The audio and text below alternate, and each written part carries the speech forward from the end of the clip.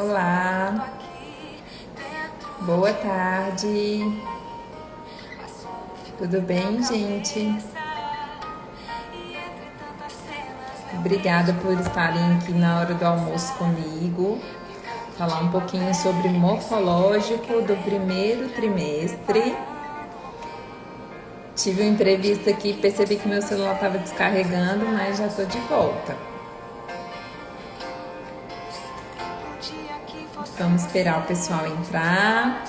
Queria, pessoal, pedir para vocês, por favor, para clicar no coraçãozinho para curtir a live e também para enviar para o máximo de pessoas que você acha que necessita dessa informação, tá?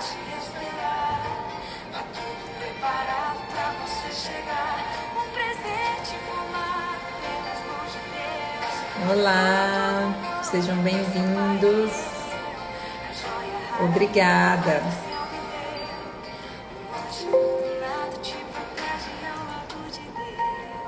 Então vamos começar.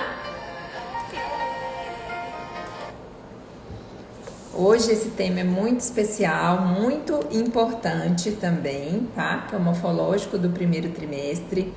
Eu converso com algumas pacientes e a maioria não sabe o motivo de estar realizando esse exame. Então, é isso que eu quero deixar claro aqui, esclarecer, que é sobre a importância, né, desse exame, porque muitas pessoas também esquecem, perdem o prazo de fazer esse exame e acaba perdendo. É um exame que tem um prazo para ser realizado. Ah, Ellen, vamos estar te esperando aqui, tá? Vou estar te esperando, com certeza. Então, gente, vamos lá. Antes, o morfológico do primeiro trimestre, antes dos avanços, das descobertas, das pesquisas científicas, antes era realizada só a translucência nucal, né? Porque foi estudado que a translucência nucal, que é uma estrutura que fica na nuca do bebê, uma faixazinha de líquido que fica na nuca do bebê, tem relação com algumas síndromes genéticas. E aí depois, com o avançar das pesquisas, né, um cientista chamado Dr. Kypros Nicolaides, que é um dos papas da medicina fetal, né, que é quem estuda muito sobre esse assunto e é quem produz muito material do que a gente sabe hoje, muitos artigos, muitas coisas novas, é ele que produz. E aí ele estudou que, além da translucência nucal, existem outros marcadores que também estão relacionados a síndromes. E aí o nome foi mudado, né? Foi reformulado esse exame. Então hoje a gente não chama mais só exame da translucência nucal. A gente chama de morfológico do primeiro trimestre. Por que essa nomenclatura? Porque a gente já consegue ver muita coisa com um bebê muito pequenininho. O morfológico do primeiro trimestre é realizado entre 11 e 13 semanas e 6 dias. Então, o bebê ele está medindo com 11 semanas 4,5 centímetros e com 13 semanas e 6 dias ele está medindo 8,4 centímetros. Então, imagina um bebezinho menor que 10 centímetros, muito pequenininho, mas a gente já consegue ver muita coisa. É um exame muito importante. Eu particularmente gosto de fazer esse exame entre 12 e 13 semanas, porque entre 11 e 12 o bebê ainda está muito pequenininho, né? E entre 13 semanas e 13 semanas e 6 dias o bebê já está um pouco grandinho. Então eu gosto de fazer aí no período intermediário, entre 12 e 13 semanas, tá? Mas isso é uma particularidade minha, ele pode ser feito em qualquer momento desse período. Então vamos lá, por que ele é tão importante assim? Porque a gente vai avaliar esses vários marcadores que foram estudados, que estão relacionados a síndromes genéticas, e além da translucência nucal entram outros, que é o ossinho do nariz, tá? Foi estudado que quem não tem esse ossinho do nariz tem um risco aumentado para ter síndrome de Down, que é a trissomia do 21, que é a mais comum de todas as síndromes. Além do ossinho do nariz e da translucência nucal, a gente avalia o coraçãozinho do bebê, que é o fluxo tricúspide, que é uma válvula do coração. Então, nessa idade, a gente já consegue avaliar esse fluxo. e também o ducto venoso, porque o ducto venoso também é muito importante. Se ele tiver alterado, o bebê também pode ter risco de síndrome.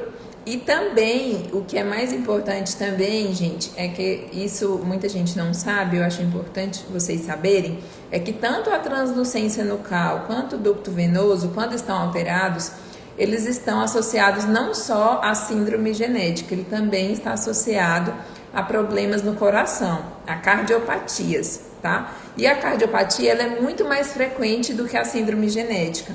A cardiopatia, a incidência da cardiopatia é de 1 nascimento para cada 100 nascimentos. Então, a cada 100 bebês que nascem, um vai ter problema cardíaco. E é muito importante identificar isso ainda no pré-natal, porque muitas cardiopatias precisam ser diagnosticadas antes, porque o bebê só tem a possibilidade de ser operado logo após o nascimento, às vezes no mesmo dia do nascimento ou em poucos dias depois do nascimento.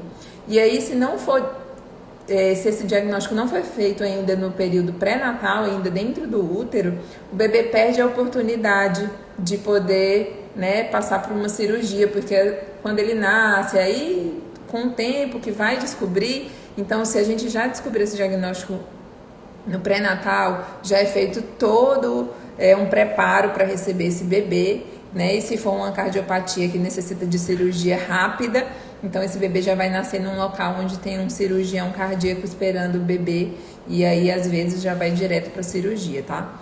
Então, o morfológico do primeiro trimestre não é só para avaliar o risco de ter uma síndrome, mas também para a gente poder ficar de olho. Opa, deu alterada a translucência nucal, ou deu alterado o ducto venoso. Esse bebê tem um risco aumentado também de ter cardiopatia. Então, essa gestante vai precisar fazer um exame chamado ecocardiografia fetal, tá? Que é feito por um médico especialista, treinado. Geralmente são cardiologistas, mas também pode ser outro médico que passa por um treinamento para poder realizar esse exame, tá bom? Então, ainda o morfológico ele tem vários fatores de importância, tá? Então, nós vamos falar sobre todos eles. Esse apenas foi um. Outra dúvida importante, as pacientes chegam e não sabem por que estão realizando o exame. Então, deixa eu esclarecer. Esse exame, ele não dá diagnóstico, tá? O ultrassom, ele não é um diagnóstico definitivo, um diagnóstico final. O que a gente faz? Na ultrassonografia morfológica do primeiro trimestre, a gente vai avaliar os marcadores. Então, eu vou ver esses marcadores, se um deles estiver alterado, e aí a gente vai pedir para a paciente continuar a investigação para poder confirmar se esse marcador que está alterado, se realmente é uma síndrome genética ou não. Como isso é feito? Existem duas possibilidades. A gente pode pedir um exame chamado NIPT, que é um teste pré-natal não invasivo que avalia as células do DNA do bebê na circulação materna. Então é colhido o sangue da mãe e aí envia para o laboratório para saber se vai dar alterado. E também, mas esse também é um teste de rastreamento, né? O exame melhor mesmo para diagnosticar com toda certeza se aquilo que a gente está vendo no ultrassom é realmente uma síndrome genética, nós precisamos indicar para a paciente um exame, um teste genético. Como que é feito esse teste genético? Ele é feito de duas formas. Se for ainda até 16 semanas de gestação, ainda no início da gestação, pode ser feita a biópsia do vilo corial, tá? Então, a gente entra com a agulha lá na placenta, tira material e manda para o laboratório. A outra forma de fazer é quando a gestação está um pouquinho mais avançada, a partir de 16 semanas, e pode ser feito um procedimento chamado amniocentese. Para que serve esse procedimento? Como é? É enfiado também uma agulha no útero, a gente coloca uma agulha no útero, coleta pela seringa, puxa um pouquinho de líquido amniótico e envia para o laboratório especializado em medicina fetal, né? O laboratório que vai avaliar aquele material genético dentro do líquido amniótico e vai nos falar se realmente o que a gente está vendo na ultrassom, que é sugestivo de síndrome, se vai realmente se confirmar se é realmente através da avaliação desse DNA, tá? Então, no primeiro trimestre, com o bebê ali menos de 10 centímetros, ainda bem pequenininho, com menos de 14 semanas, a gente já consegue saber muita coisa. Ainda no morfológico do primeiro trimestre, gente, que é muita coisa, a gente consegue, né, nós, que eu digo, quem tem o médico que tem um credenciamento da Fetal Medicine Foundation. A Fetal Medicine Foundation é uma organização que fica em Londres, tá?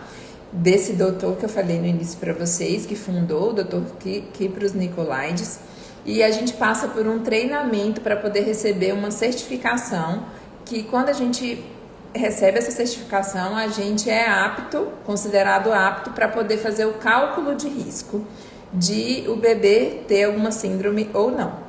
Então, dentro desse algoritmo, desse programa, a gente coloca todas as informações da mãe, e as informações são o peso da paciente, a altura, a idade, a etnia, o que mais? Se a mãe tem diabetes, se tem hipertensão, se tem lúpus, se tem alguma trombofilia.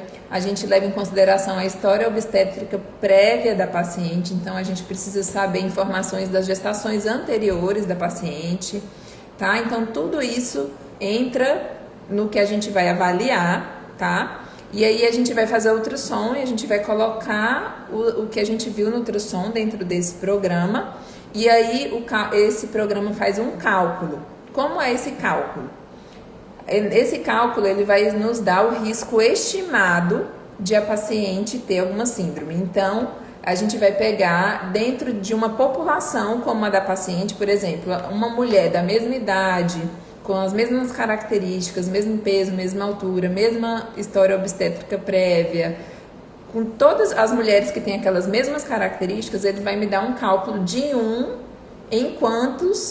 qual é o risco de essa paciente ter um bebê com alguma síndrome. Então, por exemplo, a síndrome de Down, que é a mais conhecida, mas a gente não avalia só o risco para a síndrome de Down, tá? A gente também avalia para outras síndromes, que são as principais, que as síndromes que são chamadas de trissomia do 13, que é a síndrome de Down, a síndrome do 21, que é a síndrome de Down, e as trissomias do 13 e 18 também. Então, vamos supor, se o risco da paciente deu de 1 para 100, significa que uma mulher com as mesmas características dela tem o risco de um bebê nascer com síndrome de Down dentro de 100 bebês que estão nascendo de uma mãe como ela, tá? Então, a gente consegue saber mais ou menos o risco. Se esse risco deu baixo, a gente prossegue a gestação, pré-natal, os ultrassons pré-natais da mesma forma, a gente fica bem tranquilo quando esse risco dá baixo. Quando esse risco fica alto, né, então quando a gente tem um risco aí abaixo de 1 para 100, quando a gente tem um risco de 1,99 para mais, né, então esse risco é aumentado e aí é indicado, claro, se a paciente quiser, se os pais quiserem continuar a investigação, porque muitos pais também não querem, muitos pais não querem saber nada antes do bebê nascer, preferem que o bebê nasça e saiba só depois do nascimento. Mas se for o desejo do casal querer saber já o que o bebê tem, então é indicado esse teste genético que eu falei para vocês, tá? Esse é o cálculo para síndromes genéticas.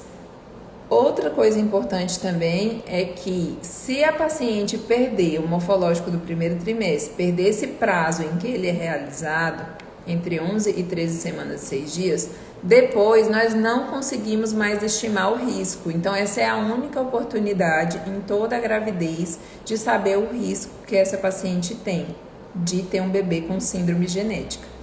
Então, depois, a gente até consegue ver outros marcadores quando o bebê está maior, está numa fase gestacional mais avançada, porém, a gente não consegue colocar nesse programa que estima com precisão qual que é a chance disso acontecer, tá? Ainda no morfológico do primeiro trimestre, a gente já começa a avaliar o tamanho do colo do útero. tentando rastrear as pacientes daquelas que têm um risco maior de ter incompetência istmo-cervical. Já falei sobre incompetência istmo-cervical aqui, não sei se vocês lembram. Então, o que é incompetência istmo-cervical? É quando o colo do útero está muito pequeno, muito fino, e a gente consegue medir esse colo. E se esse colo tiver abaixo de 25 milímetros, essa paciente tem um risco aumentado de ter um trabalho de parto prematuro. Então, se no primeiro trimestre essa paciente já tem um colo pequeno, ou então se ela teve um parto prematuro e uma gestação anterior, eu já fico de olho no colo dessa paciente desde o início. Eu não vou só medir quando já estiver lá na frente. Eu já começo a medir agora, porque o tamanho do colo uterino nessa fase gestacional já me dá muita informação. Então, se eu perceber que no primeiro trimestre já vai estar pequeno, já vai ter um risco aumentado para parto prematuro, eu já consigo ajudar o obstetra, que ele precisa agir, precisa fazer alguma coisa para que esse bebê não nasça antes da hora, né? E aí existem várias medidas que podem ser adotadas para poder evitar um parto prematuro, né? Como cerclagem uterina, que é quando o médico vai lá e costura o colo do útero, né? Para evitar que esse colo abra antes da hora. Uso de medicamentos, né? Que conseguem manter o colo fechado por mais tempo, e até mesmo do que a gente chama de pessário, que é um anel que é colocado ao redor do colo do útero, caso essa paciente tenha um risco aumentado para parto prematuro.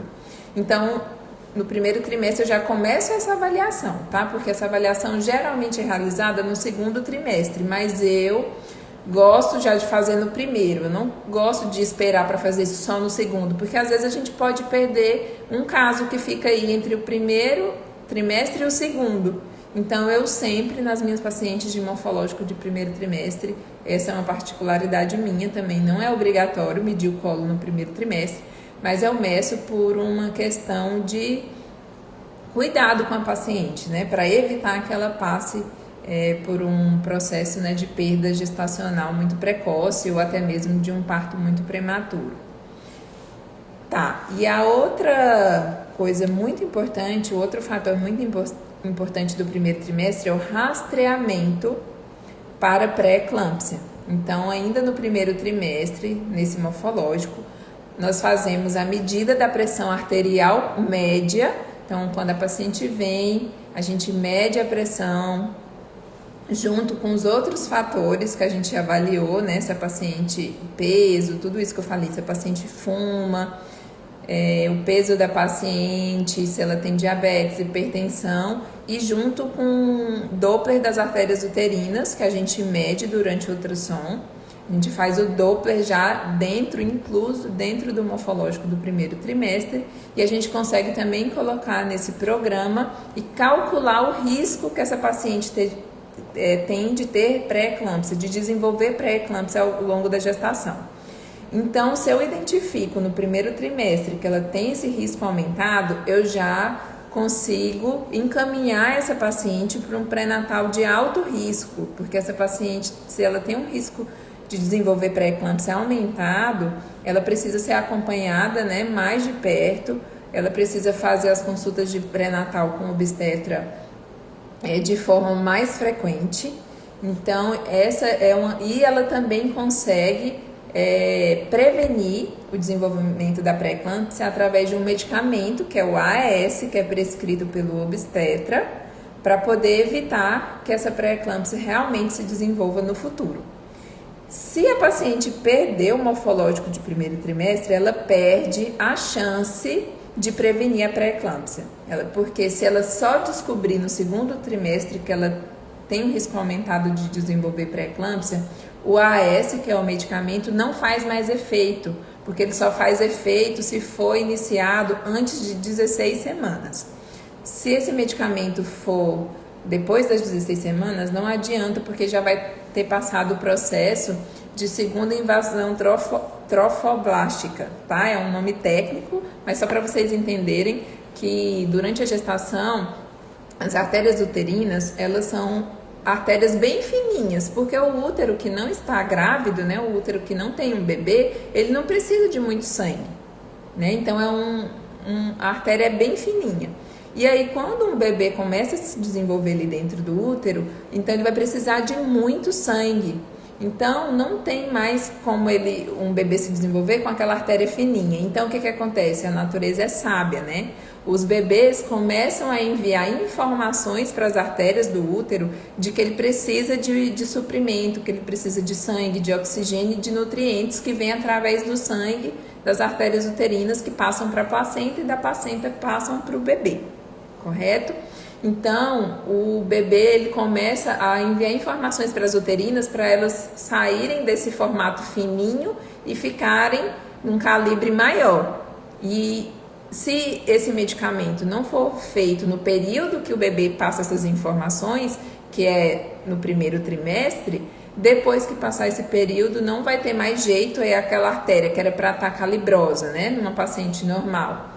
Se ela tiver um risco aumentado para pré-eclâmpsia, o que vai acontecer? A artéria dela vai continuar fininha e aí o bebê não vai receber os nutrientes adequados, não vai receber o oxigênio que ele precisa e aí vai ter todas as complicações da pré-eclâmpsia, inclusive de uma restrição do crescimento fetal, que acontece muito na pré-eclâmpsia, os bebês não conseguem receber todo o aporte que ele precisa para poder se desenvolver e crescer da forma correta.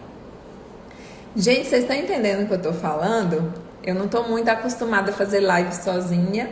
Se vocês tiverem alguma dúvida, por favor, enviem aqui que eu vou responder, tá? Se vocês estiverem gostando também, me avisem ou se quiserem falar alguma coisa que possa melhorar, certo? Então, gente, o morfológico do primeiro trimestre é muito importante.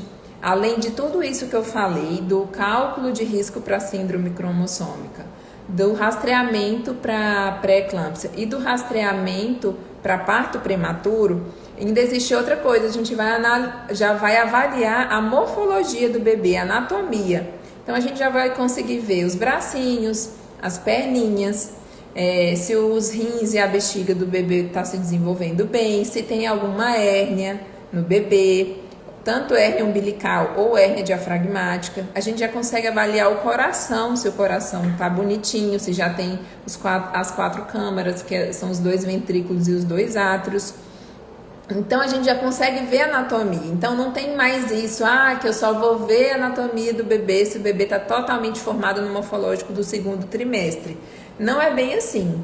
No primeiro, a gente já tem que fazer essa avaliação, porque, vamos supor, se esse bebê ele tá ali, se ele está se desenvolvendo sem a cabeça, que é o que a gente chama de anencefalia, sem o cérebro, né? Então a gente já consegue identificar já com 11, 12 semanas, então muito precoce.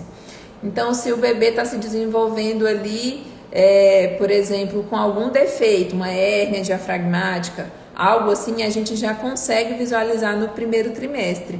Lógico que no primeiro trimestre a gente não vai conseguir ver malformações muito grandes, porque imagina, o bebê está medindo entre 4,5 centímetros até 8,4 centímetros. Então o bebê está minúsculo, né? Então pode ser que a gente só consiga ver malformações maiores, né? Mais complexas só no segundo trimestre, que é aquele morfológico, né, que todo mundo conhece, que é com entre 20 e 24 semanas.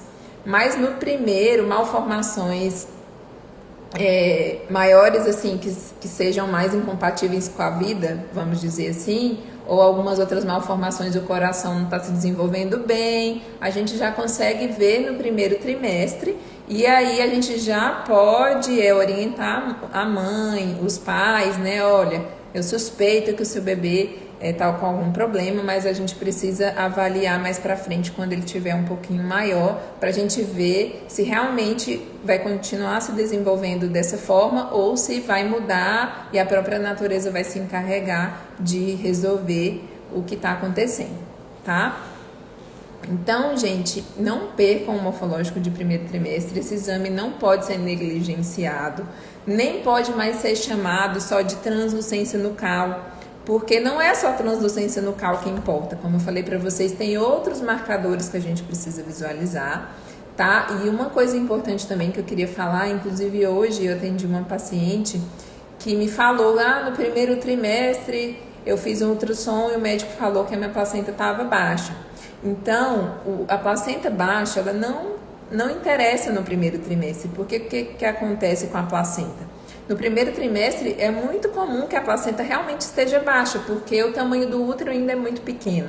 Então, com o desenvolvimento da gestação, com o avançar do tempo, o útero vai crescendo e a placenta vai migrando e a placenta vai subindo. Então, a gente só valoriza a placenta baixa no segundo trimestre. No primeiro trimestre, não se preocupem se a placenta está baixa, se a placenta está alta, porque ainda não é o momento de a gente se preocupar com isso. A gente só vai se preocupar com a placenta se ela realmente ficar baixa no segundo, tá? A chance de uma placenta que estava baixa no primeiro trimestre ficar normal no segundo é muito alta. Então, eu nem falo isso para as minhas pacientes para não gerar nenhuma neura, porque não importa, é uma coisa que não vai influenciar. Então, no segundo trimestre para frente, aí sim, a localização da placenta vai realmente já vai ter importância, tá? Vamos ver aqui se apareceu alguma pergunta. Certo. Ótima pergunta. Tem alguma coisa que pode ser feita quando descobre-se algum problema na morfológica? Sim, várias coisas podem ser feitas, tá? Respondendo a sua pergunta. Primeiro, quando a gente descobre no morfológico do primeiro trimestre, se for uma malformação incompatível com a vida, como por exemplo, uma anencefalia, o bebê não tem o cérebro, né? Aí a mãe pode optar juridicamente, porque essa é uma das únicas formas que a mãe pode interromper a gestação, né? Nessa questão jurídica, né? Que ela pode interromper a gestação, né? Ou uma gestação proveniente de estupro, também pode, perante a lei, ser interrompida, né? Então, se for uma malformação maior, assim, grave, né? Que o bebê não vai conseguir viver depois que nascer, então tem essa opção.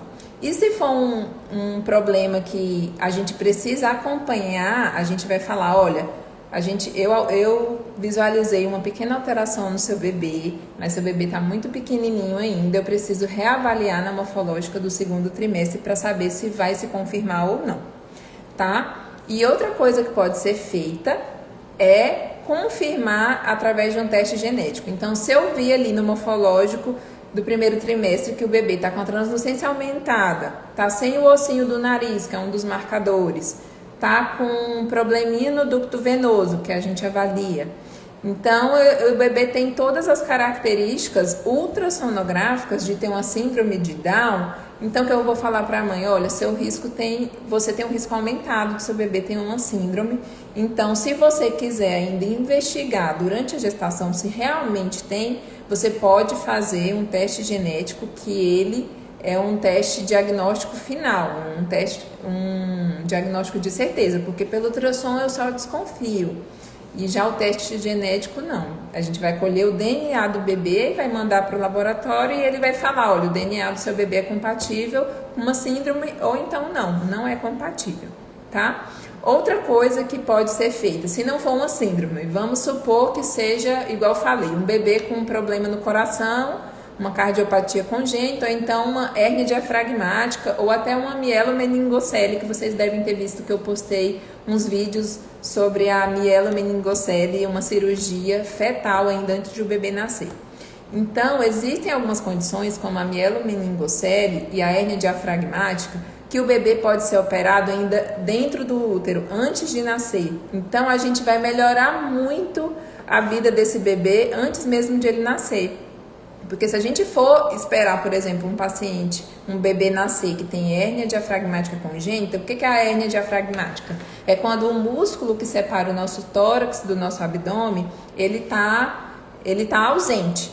Aí o que acontece? Ou então tem um buraco no meio desse músculo. E aí o intestino, o fígado, o estômago vão todos parar dentro do tórax. E aí isso dificulta o desenvolvimento do pulmão do bebê.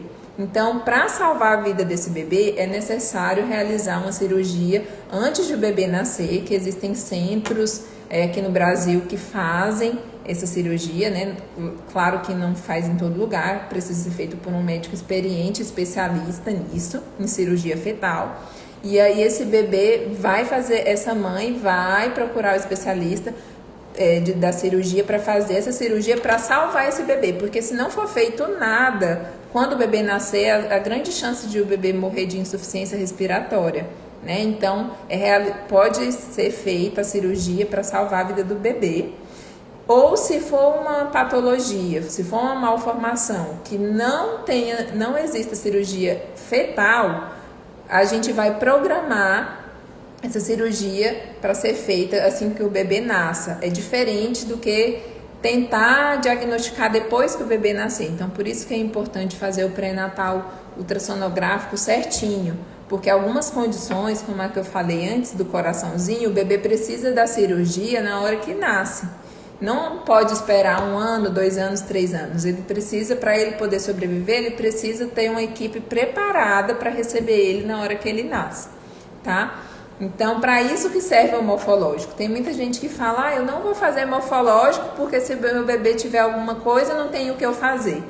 A gente está vendo que não existe mais isso, né? Esse pensamento é muito antiquado. Hoje existem várias coisas que podem ser realizadas para poder salvar o bebê ou até mesmo melhorar a vida dele, tá? Vamos ver se tem mais perguntas aqui.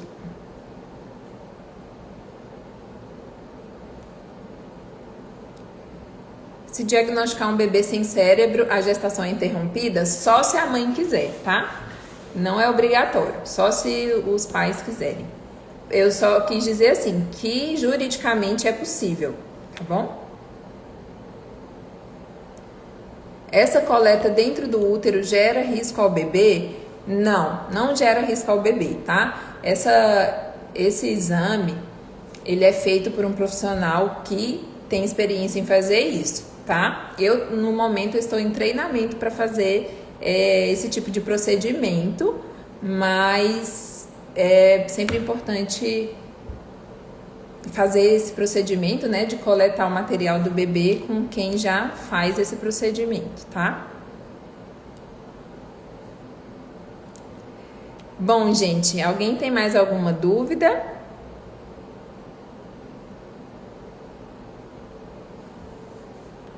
Pessoal, queria aproveitar para convidar vocês, né, para baixarem o e-book que eu fiz com muito carinho e dedicação sobre ultrassom na gestação. Tá muito completo, tá muito legal.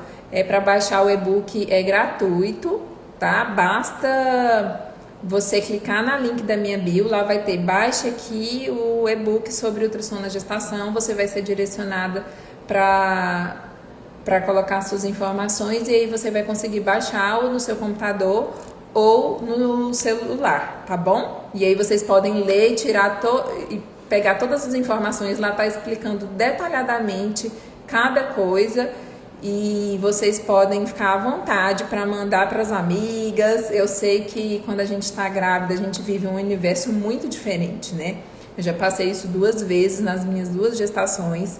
E o que me fez entrar na medicina fetal, eu quero contar um pouquinho da minha história para vocês, tá?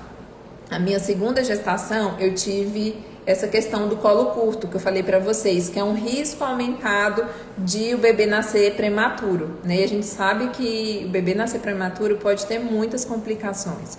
Então, eu me importo muito com isso. Por isso que no 1º trimestre eu já meço o colo das minhas pacientes, mesmo sem ser obrigatório, porque eu não quero nenhum bebê que passe por mim, que nasça prematuro, tá? Então, eu prezo muito por isso. Então, eu comecei a estudar muito mais depois que eu tive esse problema na minha 2ª gestação. Comecei a me apaixonar mais pela medicina fetal, tanto que eu busco conhecimento da medicina fetal sempre. Eu sempre estou estudando sobre o assunto, inclusive estou fazendo uma pós-graduação. Todo mês eu vou para São Paulo, fico lá estudando, porque eu quero trazer o melhor para nós aqui, né? A gente sabe que a gente está numa região muito carente, né, de profissionais especializados nessa área. E o que depender de mim, né, eu quero ajudar esses bebês virem ao mundo, né, com muita saúde e sempre levando informação, porque eu acho que é o mais importante. O item mais importante do enxoval da mulher é a informação, porque não adianta nada ter o quarto mais lindo, ter aquele enxoval mais lindo, a roupa, se você não sabe se o seu, por exemplo, você não fez um pré-natal bem feito, não fez os seus ultrassons, seu bebê às vezes nasceu prematuro por alguma falta de informação. Então, eu acredito que o mais importante é vocês serem informadas. Eu, toda vez que eu termino o exame de ultrassom, eu converso com as minhas pacientes. Quem é minha paciente aí sabe, né, que você não sai daqui com dúvida. Então, eu prezo muito por isso, tá? Porque eu não tô aqui para esconder nada, mas para falar o que realmente está acontecendo, né? E como fazer para melhorar e ajudar a informar o que você pode fazer para melhorar caso tenha alguma coisa, né, no desenvolvimento ali da sua gestação. Então, os pacientes, por exemplo, que precisam de cirurgia fetal, eu encaminho pro meu chefe, que é cirurgião fetal em São Paulo. Os pacientes que precisam de algum procedimento, eu sempre informo, né, quem eu acho melhor que faz isso. Então, eu sempre estou muito preocupada com isso, tá, gente? Perguntaram aqui se eu atendo pela Unimed. Infelizmente, não estou atendendo pela Unimed aqui no meu consultório, mas eu ainda atendo alguns dias da semana lá na Clínica da Imagem, e lá a clínica é credenciada pela Unimed. Obrigada pelos parabéns. Bazar Coisas de Baby, muito obrigada. Pessoal, nossa próxima live sobre também ultrassom na gestação vai ser quando eu vou saber o sexo do meu bebê, né? Acho que é isso. Não tô lembrando agora de cabeça. Vai ser na segunda-feira, mesmo horário, 12h30. Espero que vocês possam estar aqui presentes, tá? Se você conhecer alguma amiga gestante que queira, precise dessa informação, por favor, encaminhe para elas, tá bom? E não esqueçam de baixar o e-book. E muito obrigada pela presença de vocês aqui. Tá? Um beijo, bom finalzinho de almoço para vocês.